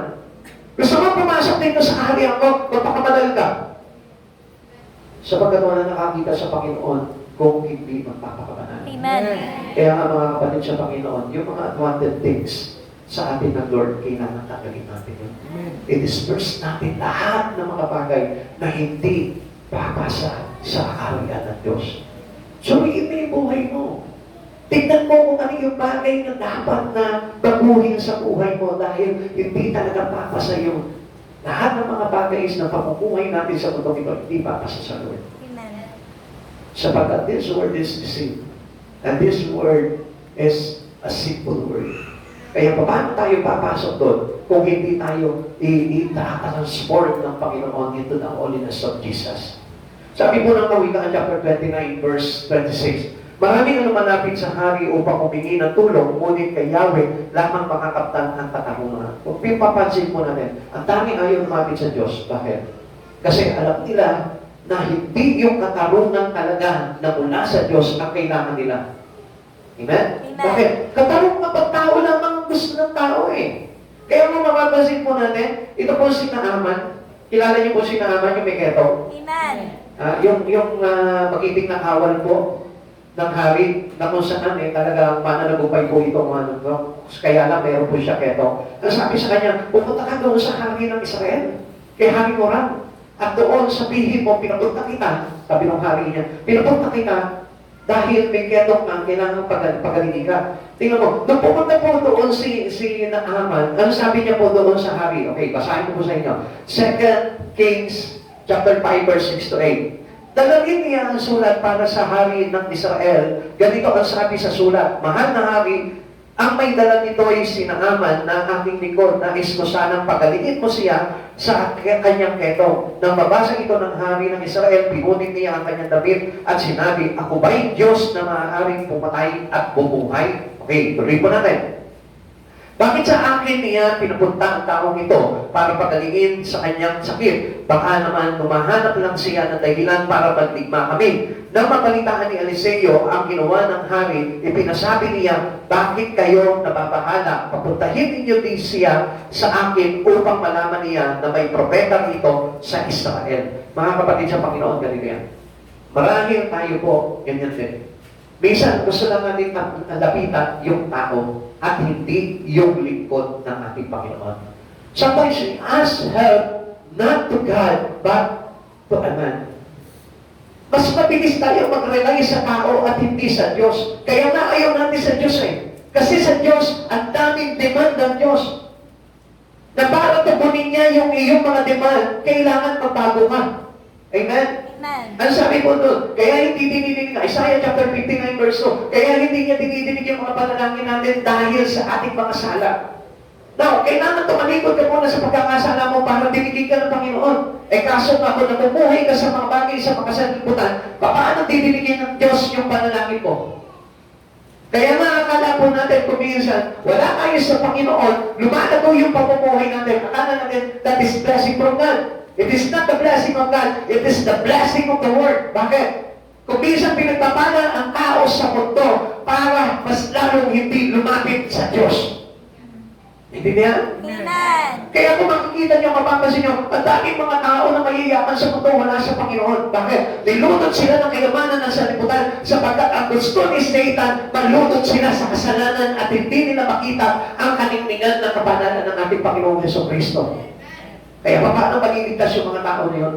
Kaya nga alam niyo po, ang akala po nito si Naaman, yung hari ang magpapagaling sa kanya. Pero ang hindi niya alam, siya po pala ay pinadala ng kanyang hari dito kay Hari Horam para hanapin niya itong si Yahweh na patuloy na dumadabay at bumapatubay sa bayan ng Israel. Amen. Amen. Kaya kung bakit kayo nandito ngayon, because God is giving you a pastor to discipline us. Amen. Para tayo ituwid doon sa mga likong pamumuhay natin. Kaya meron tayong pastor, kaya meron tayong tagapagturo na kung minsan ayaw natin. Kaya anong ginawa po nito si Naaman? Ang ginawa nito si Naaman ito, sumama siya na po siya kay Eliseo. At pagkatapos po nito, dinala po siya doon sa ilog po ng Jordan na kung saan pagkaputik-putik at pagkadumi-dumi. At hindi doon sa ilog ng Parpar na kung saan malinis. Ang sabi niya ganoon, bakit dito mo ko ilulubog? Pinalulubog mo kung 7 beses ito. Akala ko pa naman, papatayuin mo ko at tatawagin ko si Yahweh para pagkalingin ako. Tingnan niyo po yung way. Gusto niya yung way niya pa rin. Amen. Bakit? Kasi ang gusto niya masunod yung sa sarili niya pa rin at hindi yung sa Panginoon. Ganyan po minsan ang tao. Minsan gusto natin lumapit sa Panginoon, pero hindi ang Diyos na nasusunod sa atin, kundi tayo. Dahil bakit? Gusto natin yung pamamaraan pa rin ng mundo at ayaw natin yung pamamaraan ng Diyos because yung pamamaraan ng mundo ay laban sa pamamaraan ng Diyos. We accept the truth. At lagi natin tatandaan, ano mang bagay na gustuhin natin sa mundo ito, hindi pa pwede natin i-praise sa Lord yung bagay na yun. Whatever things that Jesus not wanted for us, tanggalin mo yun. Pag sinabi ni Jesus na ayoko sa iyan, tanggalin mo yan. Pag sinabi ni Jesus na tinuturuan kita dyan, at ito ang dapat mong matutunan, yun ang dapat mong matutunan, whether you like it or not. Kahit hindi pabor sa iyo, kahit hindi pabor sa pagkatao mo, kahit hindi pabor sa pamilya mo, kahit hindi pabor sa mga bagay na gusto mo sa buhay, wala kang gagawin kundi sundin yun sapagkat our salvation is based unto God and not unto world. Amen. Hindi tayo sa mundo humingi ng kaligtasan. Lagi natin tatandaan, kailangan natin sumunod sa Panginoon sapagkat ang Diyos ang nagbibigay ng kaligtasan at hindi ang sanlibutan. Amen. Sapagkat lahat ng umiibig sa sanlibutan ay kaaway ng Diyos. Ang sabi po ni Pablo dito, ganito po kasi minsan tayo namimili po tayo, I am of Paul. Tingnan nyo ako'y kay Pablo. At ako naman ay kay Apollos. Alam niyo po ba yung pagkatalo po nito? Naglalaroan na sila po ay mga sanggol. At alam niyo po kung bakit? Dahil ang gusto lamang po nila ang tao at hindi ang Diyos. Iyon na dyan sa pastor na yan. Kasi yung pastor na yun, pagkapalagi sa akin, bakit ko gugustuhin niya? Buti pa yung kaibigan ko. Sa pastor na yan, tuwing makikinig ako, hindi ako nagagalak. Hindi ako natutuwa. Buti pa yung kaibigan ko Mas mabait pa. Mga kapatid sa Panginoon, I tell you one thing, pag sinabi mo yung gano'n, ang ibig mo sabihin doon, hindi ka nagagalak sa Panginoon. Because God is full of discipline.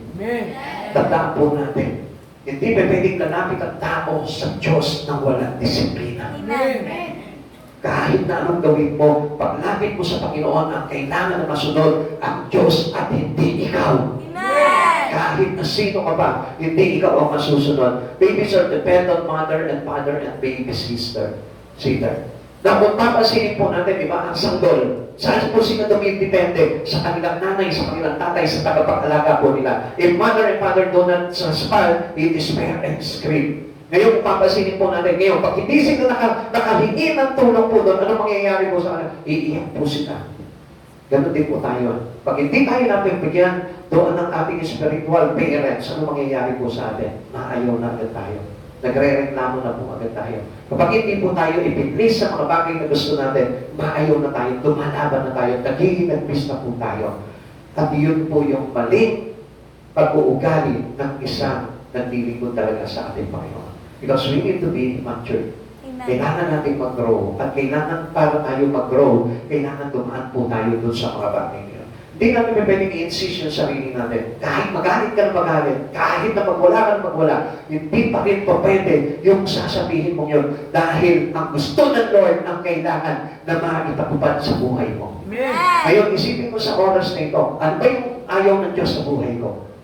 Wala ka magagawa nung kundi tanggalin yun. Kung hindi mo kayang tanggalin yun, mamimili ka. Yung kaligtasan mo o yung kapahamakan mo. Kasi pag nagbabago ka sa Panginoon, ang ibig sabihin nyo, you have salvation. Pag hindi ka nagbabago sa Panginoon at ipinilit mo yung pamamaraan mong mali at ayaw ng Diyos, I tell you, huwag kang umasa ng salvation. Because our new life has a life of changes. Kasi hindi nyo mabuti. Kaya nga new life eh. Kasi may pagbabago. At yung pagbabago na yun, dapat naaayon kay Kristo at hindi naaayon sa dati mong pamumuhay. Hindi yung bago. Amen. Amen? Amen. It is an old life. Kung halimbawa tinanggap mo si Jesus sa buhay mo, hindi ka pumasok doon sa disiplina ng Diyos, hindi ka na bago. Amen. 1 Corinthians chapter 3 verse 4. Kapag sinabi ng isa, ako'y kay Pablo, at ng iba, ako'y kay Apollos, hindi man panatandaan niya na kayo'y namumuhay pa ayon sa laman. Bakit? Kasi we insist our flesh, not our spirit. Amen. Kaya nga kung minsan pumipili lang tayo ng mga tagapagturo na papapuros sa laman natin. Kung minsan pumipili tayo ng mga tao na magsasabi lamang sa iyo ng papuros sa iyo. Pero subukan mo. Di ba kadalasan maraming tao ayaw niya na nakukontra siya doon sa mga maling ginagawa niya? Pero kung magkano? Di ba? Alam mo, magpasalamat ka kung ang ugali mo na kapag kinukontra ka sa mali, natutuwa ka at dumagaan yung kalooban mo, you are for God. Amen. Pero kung halimbawa, ikaw yung tao na kung saan itinutuwid ka sa mga bagay na mali sa'yo, pero hindi ka nagpapatuwid at lumalalag ka, naghihinagpis ka, I tell you, there's no salvation in you. Kahit kailan hindi ka lalago, at kapag hindi ka lumago, hindi ka magmamature, at kapag hindi ka nagmature, there is no Christ in you. Amen. I tell you that truth. At kahit anong gawin po natin, hindi natin tatanggapin po talaga yung salvation natin kung hindi tayo magpapatuwid sa ating Panginoon. Discipline is always active in a person who has a matured spirit in God. Tandaan po natin yan.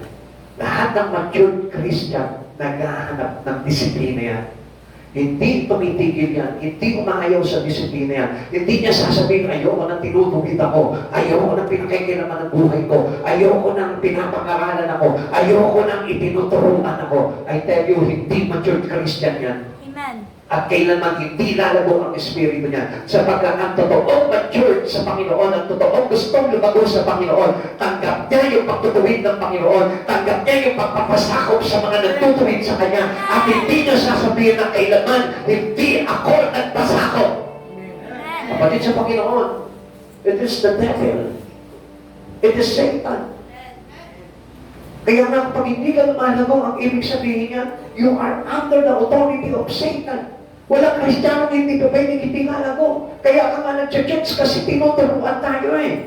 Kaya nga ini-involve mo yung buhay mo sa Panginoon, sa iyong iglesia, sapagkat kailangan tayong disiplinahin. At ang isang mature at gustong lumago sa Panginoon, he is always open for discipline. He is always open sa mga pagtutuwid. Amen. Kaya nga tignan mo sa iksigit mo ang puso mo. Kung nandito ka ngayon at hindi mo ngayong ipahandle yung iyong pagbuhay sa isang tao na nagtutuwid sa iyo, I tell you, Huwag ka na lumapit sa Panginoon. Dahil walang sa isa yung bagay ngayon. Lahat na lumalapit sa Panginoon, nagpapasailalim sa authority ng ating Diyos. Kahit na sino bang pastor niya, basta ang kailangan mong pastor, yung nagtutuwid ng mali mong pamumuhay. Amen. Huwag ka kumuha ng isang pastor na hindi ka tinutuwid. Huwag ka kumuha ng isang pastor na hindi sinasabi yung iyong mga pagkakamali, yung iyong mga kasalanan, yung iyong mga likod ginagawa.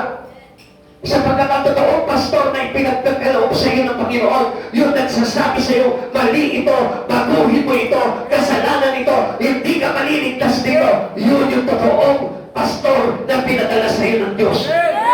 Kahit sa kaibigan, huwag kang kukompromise sa isang kaibigan na magsasabi sa iyo na ipiplis ka palagi kahit na alam na mali na yung ginagawa mo. Doon ka sa kaibigan na magtutuwid sa iyo. Doon ka sa kaibigan na magsasabi sa iyo, mahalaga ang church mo, mahalaga ang nagtuturo sa iyo sa Espiritu, mahalaga sa iyo ang Biblia, mahalaga ang prayer, mahalaga ang gawain ng Panginoon, mahalaga na naka-involve ka sa isang kongregasyon. Amen. Doon ka sa ganong klaseng kaibigan. Doon ka sa ganong klaseng tao, sapagkat yung tao na yon ay mayroong Diyos sa kanyang puso. Amen. Huwag ka papayag na maging masaya ka sa mga tao na laban sa Diyos. Ang ibig sabihin nun, you are now on the company of the devil. You are now on the company of Satan. Kapag tinotolerate ka lang sa mga mali mong ginagawa, you are on the company of Satan. Layuan mo yun. Amen. Sapagkat ang pagtagupo talaga natin, lumalayo tayo sa mga bagay na nagtotolerate sa atin para mapahamak yung ating kaluluwa. The spiritual impact looks to human resources. Yan ang tinitignan niya.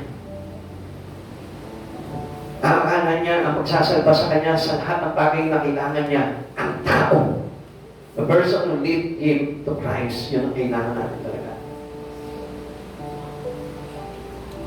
Alam niyo kung minsan, dito nga tayo nagkakamali eh. Minsan nagre-rely tayo sa pastor lang natin eh.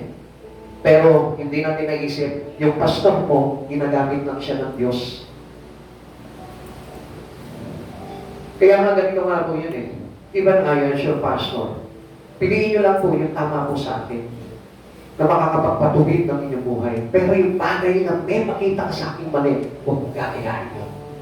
Yung bagay na makita mo kasalanan sa akin, huwag mong gagayahin yun. I tell you, even though I am a pastor, hindi kailangan lahat ay susundin mo sa akin. Ang susundin mo lamang sa akin, yung mga bagay na makapagpapalapit sa iyo sa katotohanan kay Yesu Kristo. Amen. Kaya lang, huwag mo naman sanang lituhin yung isipan mo. Sapagkat po, minsan, dahil sa pagmamalaki, itong isipan na ito nagdidikta ng mali. Ang gusto po na malaman po namin po dito, yung po ba, matuto kayo sumunod sa pastor po ninyo dahil sa tinuturo niyang pagtutuwid sa inyo, papalapit kay Kristo. Halimbawa, ano siya, tinuturuan ko kayo na magbigay ng buhay sa Panginoon. Gawin niyo po yun, sundin niyo po yun. Tinuturuan ko kayo na mabuhay ng ayon sa kalooban ng Diyos, sa salita ng Diyos. Gawin niyo po yun, tama po yun. Pero kung halimbawa, sinasabi ko po sa inyo, halimbawa, as a pastor, sinasabi ko sa inyo, okay lang, magtrabaho kayo, magtrabaho. Maiintindihan kayo ng Diyos, mali po yung gagawin nyo. Dahil ang isang pastor po talaga na ipinagkaloob ng Panginoon, ang gusto niya po talaga mangyari ay yung bagay na ipinangyayari ng Diyos at hindi yung sa kanya. Amen. At yun po yung pakinggan niyo po doon. The pastor who preached a special sermon. Minsan, alam nyo, doon lamang po tayo nakapasi po palagi. Pero tingnan mo rin kung ano yung tinuturo sa inyo ng Panginoon. Pero alam nyo, ang pagtuturo ng Panginoon, nagre-review yan ng pamumuhay. Hindi yan maayon sa pamumuhay natin. Hindi yan sasabihin, okay yung pamumuhay mo, hindi po si Jesus po yun.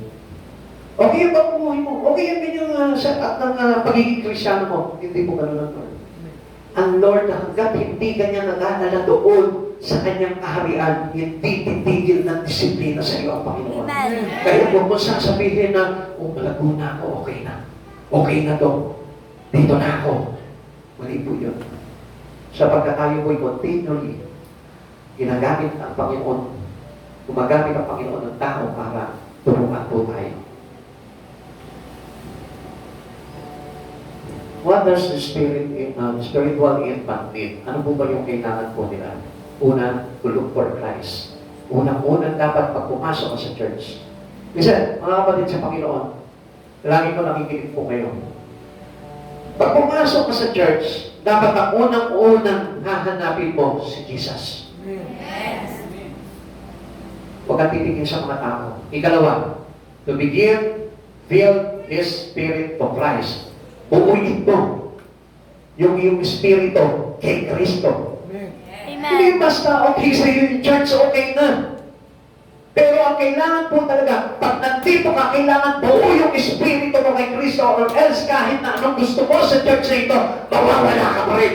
Kung hindi buo ang Espiritu mo kay Kristo. Ano ba po? Start standing firmly to His faith. Matutunan mo na tumayo sa iyong pananampalataya ng hindi nayayanig. Pagsanayan mo yan. Kasi unti-unti lang naman po yan eh. If you are now a baby, it is based upon only a baby faith. Pag lumalago-lago ka na, lumalago-lago na rin yung faith mo nun. At ang pagsubok sa iyo ay lumalago-lago na rin. Kaya nga kapatid sa Panginoon, matuto kang tumayo ng matibay sa ating Panginoon. Amen. Hindi nayayanig. Hindi pa bago-bago ng isip. Hindi bumibitaw. Hindi umuurong, hindi sumusulong. Kundi laging nananatili. Not looking for the presence of God, but staying on the presence of God. Amen. Hindi pa palit-palit ng church, hindi pa palit-palit ng pastor, hindi pa palit-palit ng aral. Kundi kung ano yung aral na ibinigay sa kanya ng Panginoon, manatili siya doon, tumayo siya doon, at palaguin niya yun sa buhay niya. Amen. Kasi ang akala natin, nahanap tayo ng karunungan eh. Bako doon ako sa church sa iyo, maganda ang aral doon. Eh kung hindi naman yun, yung pinatatayuhan sa iyo ng Panginoon, useless. Kaya tandaan po natin, pag nandito ka ngayon, tayuan mo kung ano yung pananampalataya ang pinatatayuhan sa iyo ng Panginoon. And what else? To remember the judgment seat of Christ. Lagi mong tatandaan, haharap at haharap tayo sa hukom ng ating Panginoon. At doon mo malalaman ngayon kung ano talaga yung kalagayan mo sa harapan niya. Kaya wag po tayo magpakatiwala na tayo po'y malago na sa ating pagiging Kristiyano. Lagi mong tandaan, continually, hanggang sa hindi ka pa umaabot sa kaharian ng Diyos, huwag kang titigil na magpaturo sa Panginoon. Amen. You need to learn a lot more things to God. Not to stop that. Do not stop. Huwag kang titigil doon. Pag mo sasabihin, marami na akong alam, okay na to. Pwede na ako magpawati-wati sa aking paglilingkod sa Panginoon. Pwede na ako, isang araw na lang, pwede na ako lumiban-liban. I tell you, you are not.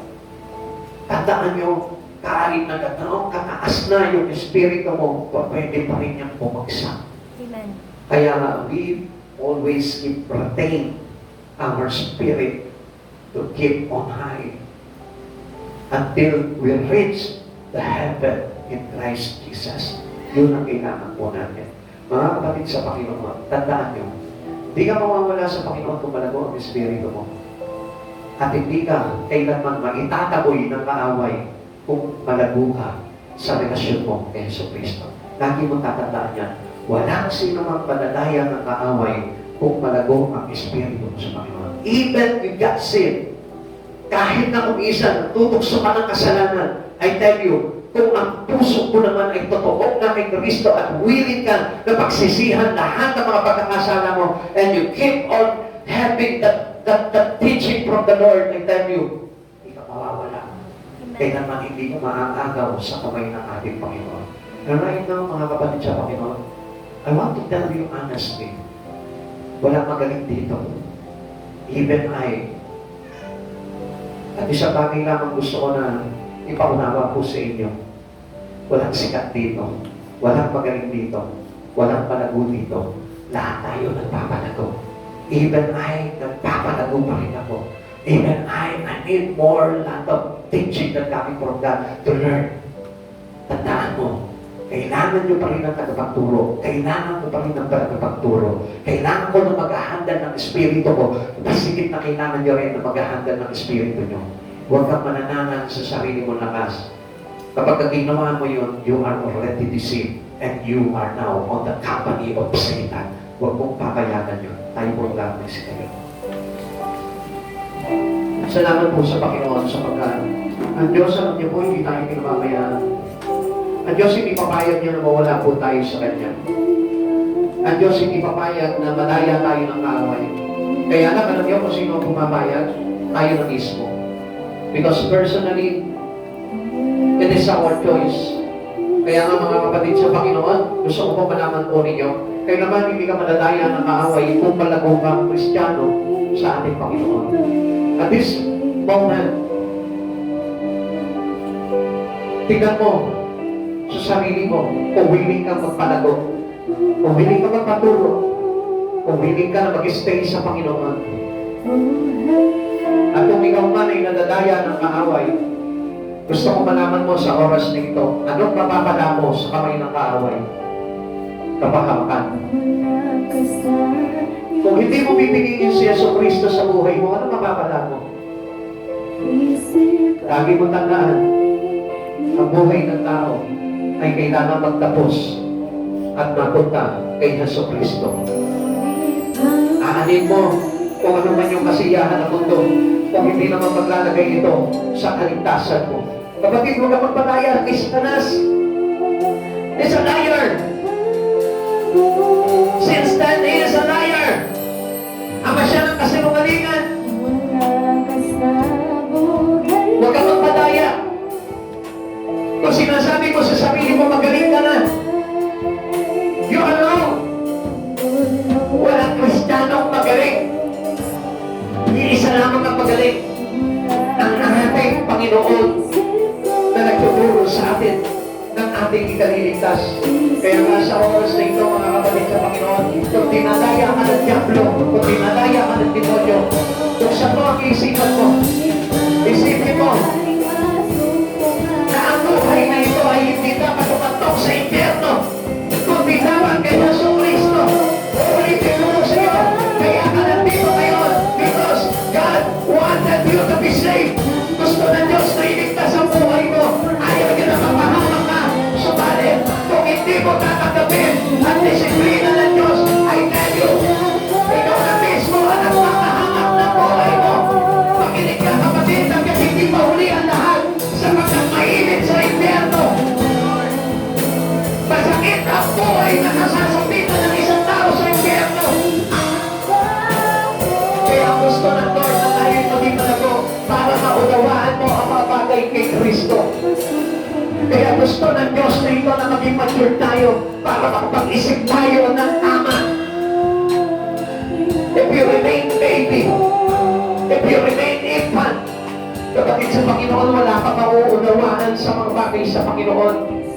Patuloy ka pagmamatigas sa Diyos. Patuloy ka nalaban sa Diyos. Patuloy mo i-deny ang Diyos sa buhay mo. You need to grow. Sapagkat ang mga lumalago lamang at mga nagmamature at nakakaunawa sa mga bagay na itinuturo ng Diyos sa kanyang buhay. Kapatid, make an action and do not go into action. Kapatid sa Panginoon, gising! Huwag ka makapadaya! Kaya ang tinawag ng Diyos para kay Kristo. Ang hindi ang tinawag ng Mexico para nakahalo ka sa impyerno.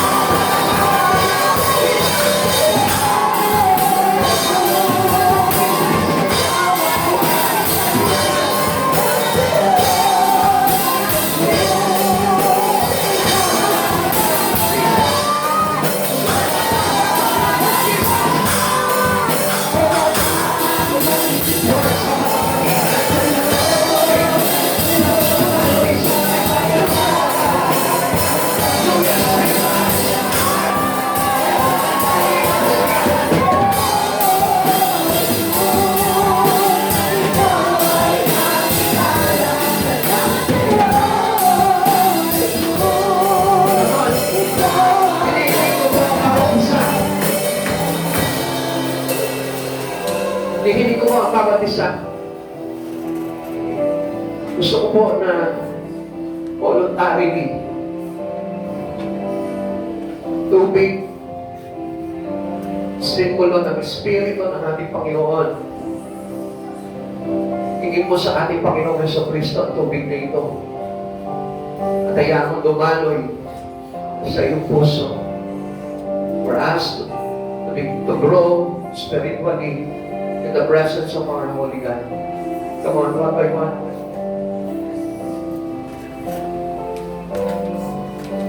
Claim this water as the Spirit that flows into our heart.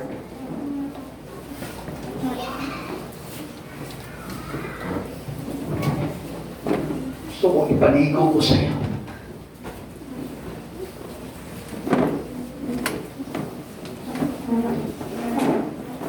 Sige siya ako sa ilalim. That anointing of God. Water, symbol of the Spirit of God, that flows unto the heart of every believers. Jesus, Jesus, that your covering, for us, Lord, by the blood,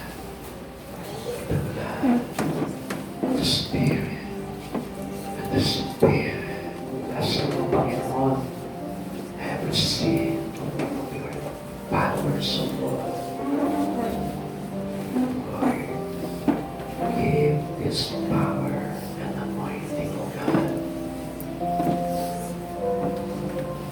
And the power to be healed, delivered, release, grow. The presence of mighty Jesus. The presence of mighty Jesus. The water that's symbol of the Spirit. Water that's symbol of gladness. Water that's symbol of break any yoke of bondage. In Jesus' name. In Jesus' name. In Jesus' name.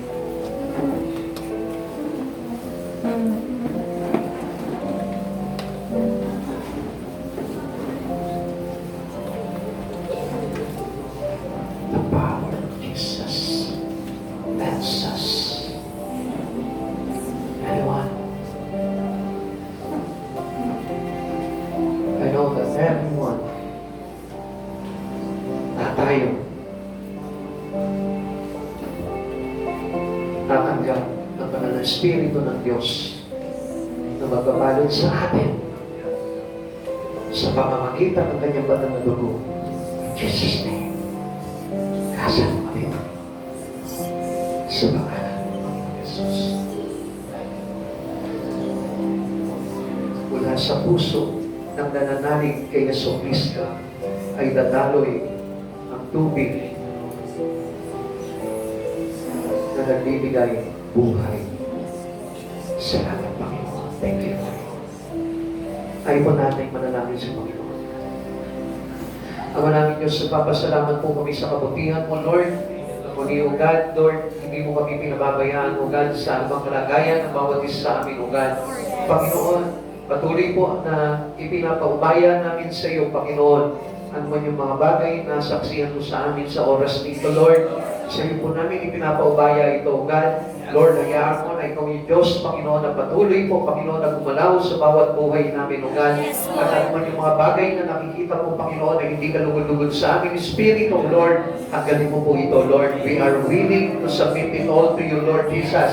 Willing kami papaklas ito, Panginoon, sapagkat kahit na sabihin po namin, Panginoon, na gustuhin man namin ito, Panginoon, at manwala sa aming buhay, kung hindi mo kami tutulungan, Panginoon, we are less power, but through you, Lord, we can do all things through Christ Jesus who strengthen us, O God.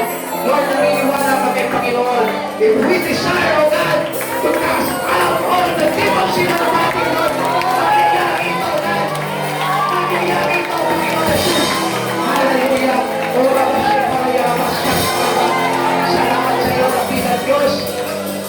the God of Israel, the King of Peace, the deliverance of our life. Maraming salamat po, Panginoon Jesus, at sa oras dito, Lord, kiniklaim pa rin po namin ang tagumpay sa bawat isa sa amin, O God. We are a born and conqueror.